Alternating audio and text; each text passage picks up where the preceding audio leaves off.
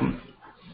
Dans l'ancienne vidéo de corriger application c'est transformé de Fourier et propriété de la dérivée, on a donné dans l'exo 1 un exemple d'un signal périodique et on a calculé ses composantes. Donc je ne vais pas répéter, celui qui s'intéresse peut aller dans cette vidéo pour comprendre comment on a développé, comment on a décomposé le signal carré périodique, comme vous le voyez, en série de Fourier.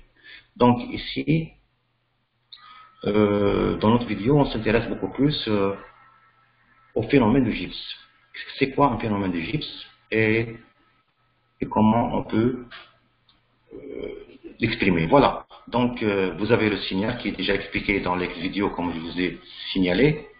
Après la décomposition de Fourier, en série de Fourier, on a trouvé le A0, AN et Bn. On a trouvé A0 nul, AN nul et Bn. Donc, c'est pour les composantes impaires du signal. Donc, et finalement, je ne répète pas parce que ça existe dans la vidéo que je vous ai citée. Et dans ces conditions, on a directement le signal maintenant carré peut être écrit sous la forme de cette formulation. Donc, c'est ensemble de sinus.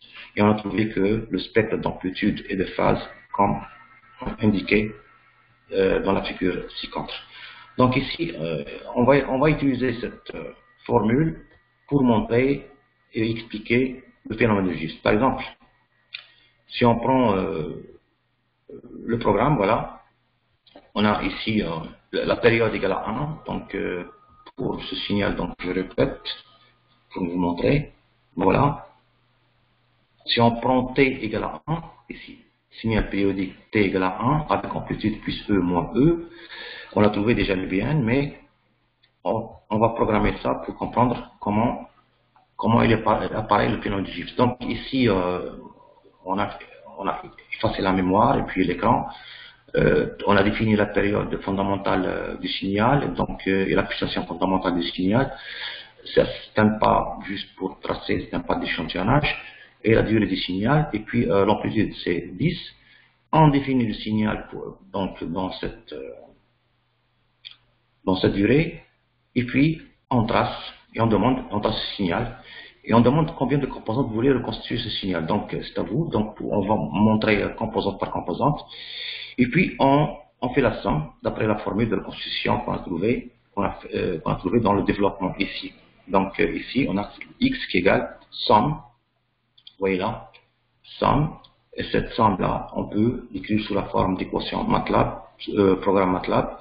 Donc, on définit xr égale à 0 de constitution, et puis on fait xr plus sinus 2n plus 1.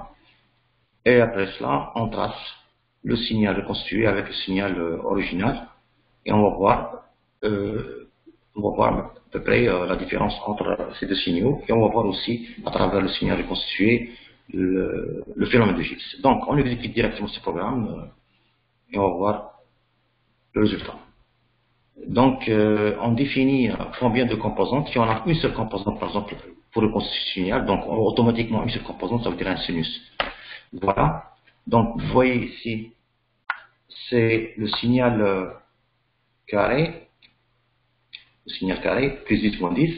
Et le rouge, c'est reconstitué pour juste, on a une composante de reconstitution. Donc, d'après la formule, on revient, sur la formule et on trouve que on a n égale à 0, donc si n égale à 0, on a seulement une composante pour les parties impaires, c'est-à-dire graphiquement, on a une seule impulsion, ici, 4e sur pi, fois sinus la pulsation fondamentale, et c'est-à-dire graphiquement que le signal reconstitué est un signal d'une seule composante, et c'est une sinusoïdale qui a la même période du signal original. Donc, voyons maintenant si on veut, par exemple, prendre deux composantes. On exécute le programme maintenant, mais on définit pour d'autres composantes, par exemple pour deux composantes. Et on voit ici, il y a deux composantes. Donc là, le signal reconstitué n'est pas égal au signal original parce qu'on a éliminé, on a pris seulement deux composantes. Et la formule, elle dit jusqu'à de n égale à 0 jusqu'à de la première composante jusqu'à l'infini.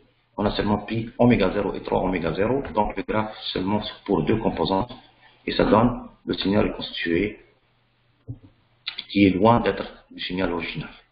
Donc, si on veut maintenant aller, on veut aller, par exemple, voilà, pour 15 composantes, on aura le signal constitué. Et ici, on voit que on se rapproche de plus en plus au signal original, mais seulement ici, on l'appelle le phénomène de Gibbs, dû à la variation brusque et à la limitation, bien sûr, à la limitation du signal. Donc, on a limité jusqu'à 15 composantes. Donc, le signal reconstitué qui se compose de 15 composantes n'arrive pas au signal original, mais il s'approche de plus en plus. Maintenant, si on augmente le nombre d'impulsions, donc je reviens pour l'exécution de ce programme-là, pour 50 composantes, donc on se rapproche de plus en plus, mais toujours on a une courbature ici du signal, donc le signal en rouge c'est le signal constitué, le signal bleu c'est le signal original, toujours on a un problème de différence entre le signal constitué et le signal original. Si on fait encore moins, par exemple moins de 50, on fait par exemple 45 composantes, et voilà ici aussi, c'est les ondulations qui existent ici, ce qu'on appelle le phénomène de Gibbs. Si on prend par exemple 100 composantes, et 100 composantes, on commence à avoir le signal constitué qui est de plus en plus proche.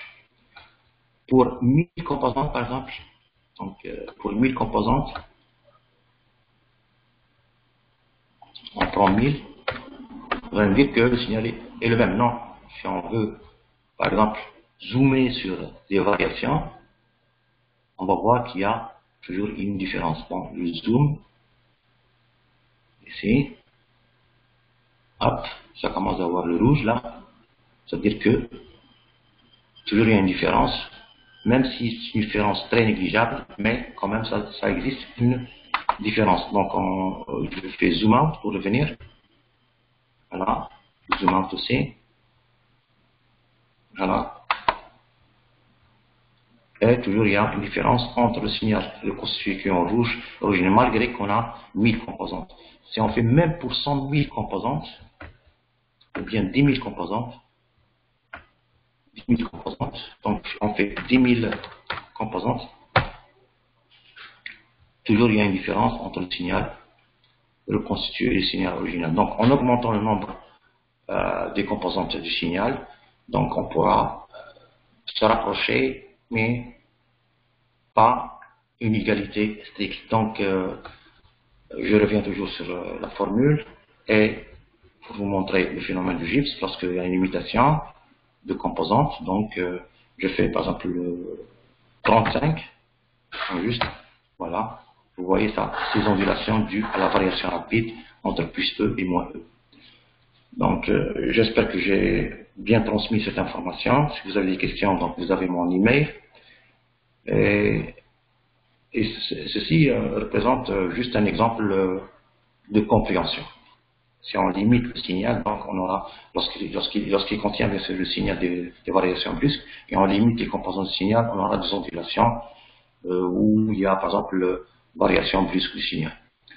Voilà, je vous remercie et assalamu alaikum.